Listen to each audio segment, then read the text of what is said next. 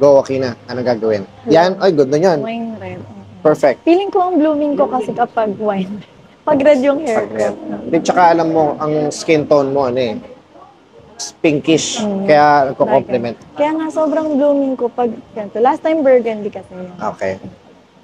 Mas lamang na ang ano yun, ha? Ang red. i-bright mo daw, okay na yung ano. Yan. Mas lamang yung pula. Okay. Parang ganyan. Kasi ang gagawin natin, wala nang bleaching. Direct na tayo. Ha? Ayun. Yun yung gusto ko talaga. Okay. No bleach. Ito yung last time. Mm-mm. Sige. Tapos sa haircut, anong plano mo sa Layered. layer natin? Pero mahaba pa din. Okay, sige. Kulayan ko muna, ha?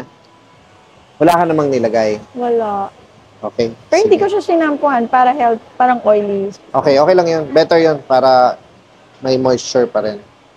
Yan, ano naman yan? Ayun din, pero Mas maganda to. Maganda. oo no. Parang Maganda purple blend. red siya. Ganda. Okay. Sige, pa-ready ko lang. Sige, Ah, yay. okay. Pwede picture tayo. Okay, go.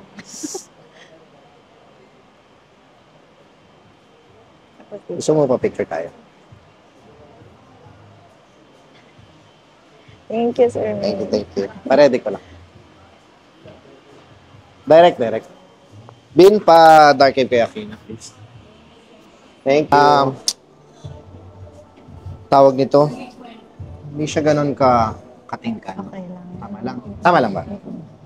Ayoko nang para medyo pabebe. Ah. Tama lang to. Tama lang. Diba? Hindi siya ganun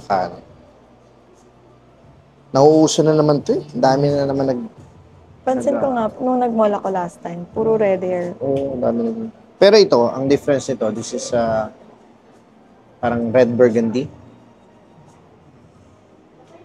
So, hindi siya ganun Yan, huwag mo munang basahin, ha? Tapos, Ilang days? Mga 1 or 2 lang. 1 or 2 days lang. Tapos, yun lang, alagaan mo lang.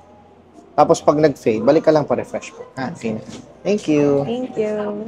Ganito. Japanese ka ba? Mm-mm. Pure? Half lang.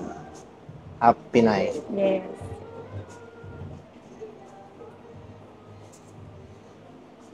Okay. Thank you.